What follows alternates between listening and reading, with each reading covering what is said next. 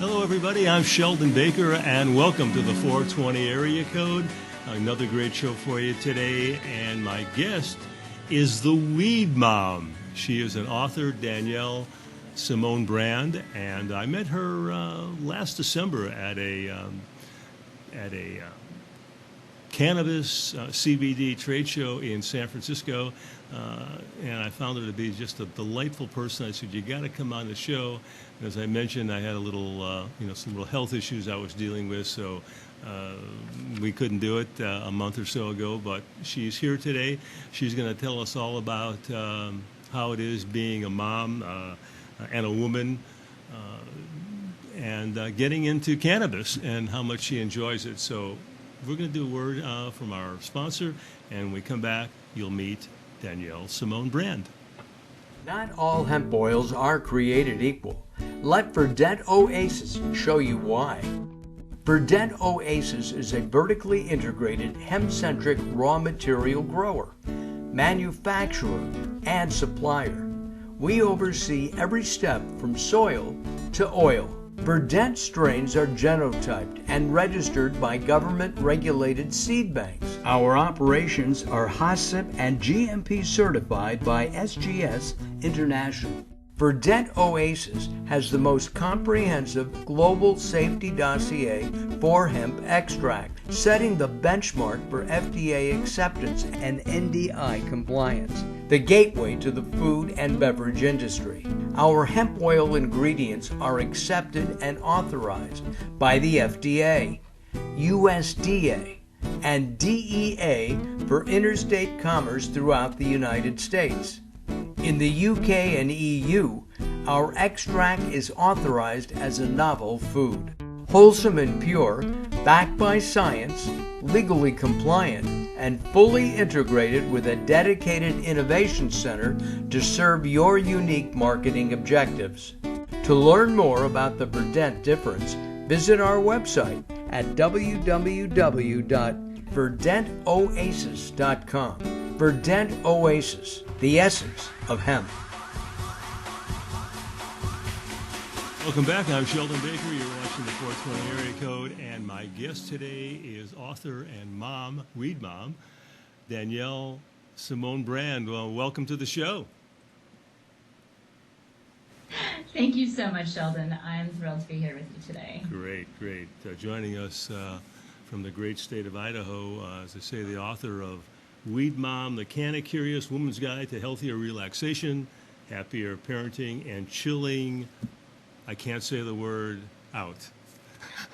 The F is fine. You can say the F out. Even on the internet, I'm always a little bit cautious about what I can say or what our guests can say. Well, I guess I can say anything. So, again, welcome. So, yeah, you're an author, you're a journalist. Talk a little bit about your background and how the book came about. Yeah, I took kind of a circuitous route to get to where I am. I studied international peace and conflict resolution, worked in academia and policy for a bit, and found that my best contribution in that space could be to teach yoga and mindfulness to those folks who are working actively in peace building in Washington, D.C. So I did that for quite a while, so sort of pivoted from academia to health and wellness, and really thrived in that for quite a while, and then had my kids, moved a bit, transitioned from the East Coast to the West Coast, and I've since transitioned away from the West Coast because our family just moves. So on this journey, I picked up a lot of different skills, and I became very interested in, obviously in science and studying research papers and communicating effectively, but also in, the study of health and well-being and how our, inner peace relates to peace in the world. And so it eventually came together with cannabis, and I was kind of a skeptic, I have to say. I came to it sort of thinking it wasn't a health and wellness tool. I didn't understand it as a spiritual, tool, a sacrament either. I just thought of it as kind of like, the stoner stereotypes that we're all familiar with, right? Mm-hmm. So, I had to kind of go through the intellectual route to get to my love for cannabis. I became a freelance writer and got some assignments about cannabis before I even really cared much about it. But as I learned, as I delved deep, I realized it's fascinating. cannabis bridges, health and wellness, science, policy, business, social justice, the environment, all these things. And then as a mom, I found it a tremendous wellness tool. So that's how the book was born. I became a writer prior to writing about cannabis, but then really found my niche and my passion in writing about cannabis. So were you using cannabis, though, before you really got into the science and the research behind it? No, not really. I had exposure in my friend group, and I had some exposure in my life, and actually I tell the story in my book about how my husband was actually using it for years and years in a way that I kind of looked down on. I thought it was it was obviously self-medicating, but maybe in a way that wasn't as adaptive because we didn't have the tools and resources and education back then to understand cannabis as medicine. I think especially for mental health. So, I kind of looked down on it, I didn't understand it, and I really had to come to it through this writing and intellectual route, interestingly. But then once I had firsthand real experience with it, I fell in love, and, that has never stopped. So then you got into the product, we'll call it product, so to speak, and then you said, I think I need to write a book, and you did. Yeah, I was freelancing about cannabis and about parenting kind of separately, and then once in a while they would bridge and overlap. Once in a while, I'd be asked to write about how to talk to your kids about cannabis, 1,000 words, how to talk to kids about cannabis, things like that. And so that interest kind of, those two interests started to bridge. And then I found that moms that I knew online, in my community, started seeing me as kind of a cannabis resource and wanted to ask questions. They had lots of questions. Mm-hmm. So, I felt like the book really came naturally out of my own experience, my own initial skepticism, and then, the fact that I realized it could help moms in so many ways. Moms suffer from a lot of things today. We're tired, we're stressed out, many of us are trying to juggle our families and our careers and ourselves and our partnerships potentially. There's a lot going on, and, cannabis is a wonderful tool.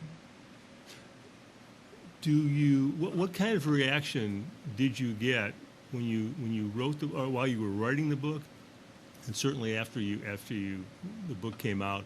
It's been out now about 18 months, I believe.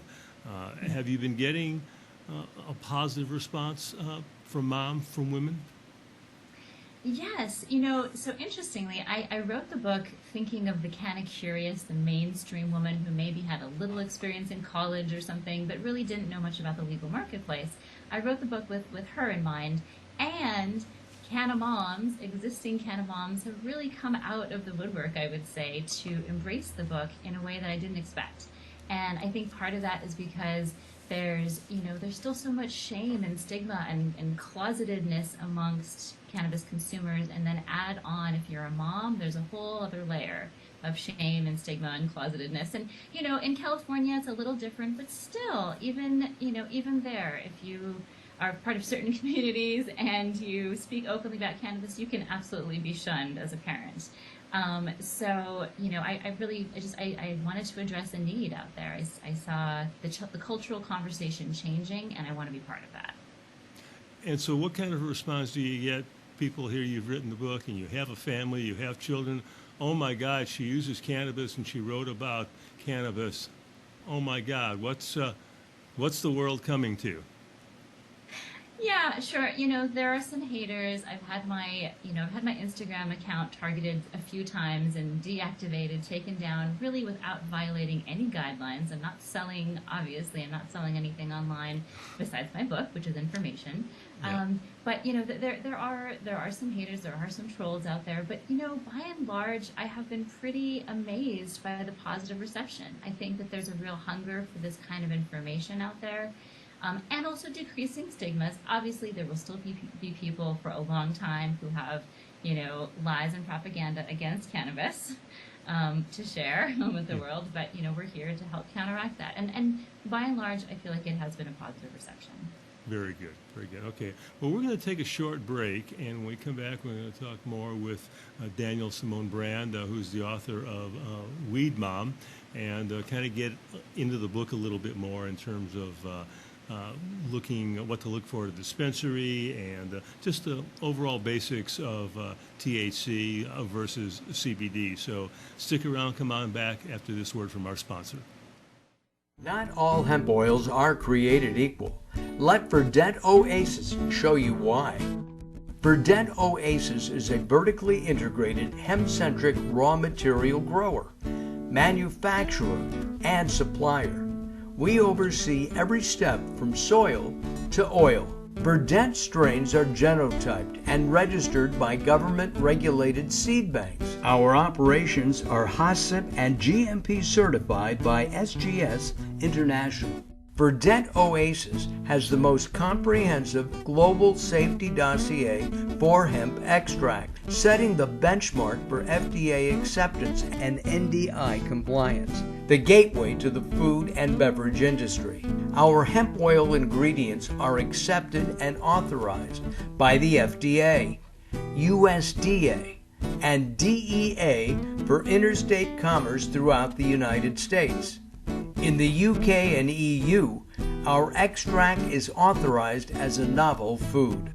Wholesome and pure, backed by science, legally compliant, and fully integrated with a dedicated innovation center to serve your unique marketing objectives. To learn more about the Verdant difference, visit our website at www.verdantoasis.com. Verdant Oasis, the essence of hemp. Back, you're watching the 420 Area Code. My guest today is Danielle Simone Brand. She is the author of The Weed Mom, and we're talking about various aspects of weed, because this is what we talk about here, weed and THC and CBD. The basics of THC and CBD, I just had a guest on the last show who is into selling CBD, and the question she gets all the time is, can CBD get me high? Well, you and I know that it can't, but do you get that kind of question? Can I get high from CBD? Oh yeah, absolutely. I still get really, really basic questions. And, I think as cannabis educators, we sometimes think, oh, we're repeating ourselves over and over again. We sound like a broken record.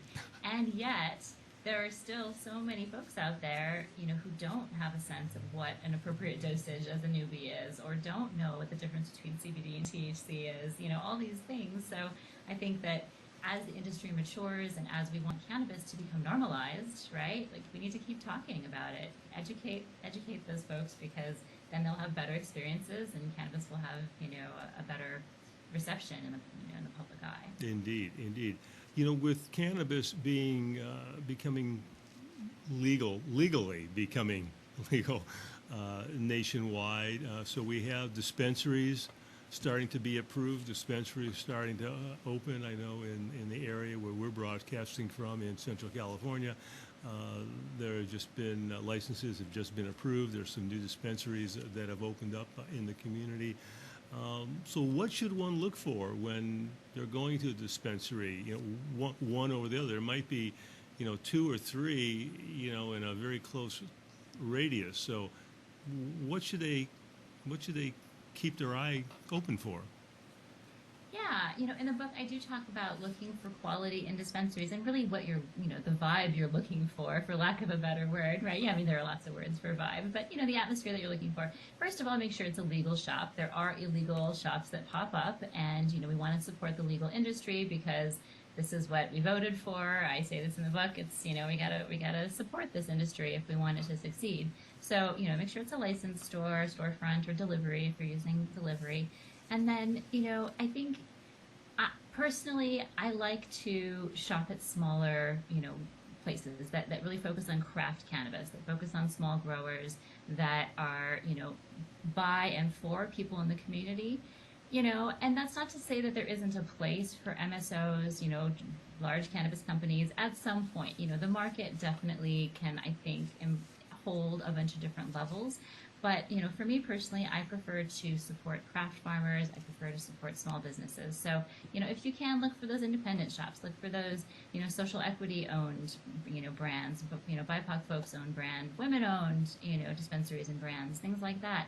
And then, of course, you want to look for quality brands that you recognize to show up at the store, as well as, some maybe new and fairly hyper-local ones. So I think that's a good start. What do you prefer, smoking or an edible? I prefer smoking, and I did not expect that to be my route. But it gives me the best effect, for overall wellness, whether it's, pain relief or mental health or getting ready for Yeah. sleep, all kinds of reasons that, moms like me are using cannabis. But, of course, everyone has different preferences. And, I talk about all the different modes of consumption in the book because I think it's wonderful that we have options now. Yes. Tips when you're talking about cannabis, say to family or to friends. Obviously, there's a way to approach it and a way not to approach it. What are your suggestions about that? Yeah, I wanted to address that in the book, these conversations, because the culture is changing, right? Laws are obviously changing. And so how do we talk to our kids, partners, parents, friends, etc. about cannabis? And I think that, CBD is a super easy entry point for the conversation, just introducing the idea of topicals or CBD tinctures to help with sleep or anxiety, things that, most people can kind of wrap their heads around pretty easily, right? And then, you can also talk about, if you have a little bit of cannabis education, you can talk about how CBD is so much more effective. It's potentiated with a little bit of THC, and that people don't have to be afraid of the little bit of THC. It can actually just help boost the effects of their CBD. And then from there, I think we can just keep talking about the increasing benefits of maybe, trying different cannabinoids. Maybe it's not THC at all. Maybe it's just CBD and CBG and CBN, or, we have lots of choices these days. But I think that, easy entry conversations are things like CBD, topicals, medical and wellness uses, basically. Avoid, and avoid in the conversation talking about, overconsumption or irresponsible use, obviously, because that's something that we want, it's about perception as well as reality, right? Both of these things matter, and we want to be good ambassadors for cannabis in the world. Right, right. Cannabis to enhance your sex life, or my sex life. What do, talk a little bit about that, because I think some people feel that it does, and you obviously think it does. Yeah, I cited some research in that chapter on sex and cannabis about how cannabis consumers, by and large, say that they have, they're more satisfied with their sex lives. Women, especially who consume, say that they're more orgasmic. Their orgasms are better. I mean, that's good data there. So I think that, particularly for women, I think cannabis can be a real enhancement. We have endocannabinoid receptors all through the reproductive tract. Women do, and there's all sorts of modes of administration that can really be helpful. So if women have a difficult time shifting from their head into their body, maybe a low dose edible could be something to really get into, that body centered feel. There's also, topicals and lubes that can be, applied now, CBD and THC, that enhance sensation, that can reduce pain if there's pain for sex for women. So there's lots of choices out there, and I think incorporating cannabis mindfully in the bedroom can be really beneficial, and especially for moms, as I address in the book, because sex is not always the first thing on one's mind when you're dealing with babies and toddlers and school schedules and just a lot of emotional and physical overload. But it doesn't mean that women moms don't want to enjoy sex with their partner and feel that connection. So finding ways to really address the issues, address the pain points, I think Yeah. is where it's at in cannabis and sex. Very good, very good. Well, what's your take about from a legality standpoint? We hear so much about how cannabis should be legalized by each state or on a federal level. Back and forth. Whether you're a Democrat, whether you're a Republican, some want it, some don't want it. The good, the bad, and the ugly. What's your feeling about the whole matter? Oh my gosh, there's so much discussion there, and what I will say is that federal decriminalization or descheduling is probably my first priority when it comes to all of that. Setting up an interstate marketplace, I think, is a further off priority. So decriminalization, descheduling, and expungement, like really justice, is what it needs to happen at this point. And the decision moving forward that we're not going to criminalize and incarcerate over this plant. I think that's huge. And then from there, I think states will continue to legalize and will continue to set their parameters. Whether we're ready for federal legalization, I don't know, because of the issue that most people bring up, the fact that big business will, be able to basically profit off of the industry that's been created so far by mid-level and smaller entrepreneurs. So, it's a great question. Where do you fall on that? Well, my feeling is that it should be legalized. I felt that way for quite a while. I used to have a friend who is no longer with us, who knew the ins and outs of cannabis even before it came into the forefront. And I always thought that there were more positives than negatives. And now if you look at it today, you see the money, the jobs, the tax revenue for states, the tax revenue for communities, local communities, and I think that that's something you can't look away from. There's more positives. There are more positives than negatives, and it's time to move forward on it. Absolutely, and I 100% agree. Federal legalization is where we should be, going. It's the first step, I think. Decriminalization makes a lot of sense, but absolutely, federal legalization, it's way past time. Yes, indeed. And, certainly from a CBD standpoint, I've done a lot of work and interface with people in the nutraceutical industry. So, you had the Farm Bill, you had the nutraceutical side of things. How does it all tie into health and wellness products? Again, I think it's all very much a positive, or can be very much a positive. So it's time to move forward there. And I know myself, in using CBD or even indulging in various other types of products, how it's helped me, be it relaxing, be it if there's an achy bone in this old body of mine, it seems to kind of relax me. And I know there's always talk about, can you still be productive if you're using CBD or THC, and I think you can. I think you would agree on that. Absolutely. Yeah. I would agree that you can, and I think that's one of the biggest misconceptions, myths, stereotypes is the lazy stoner, right?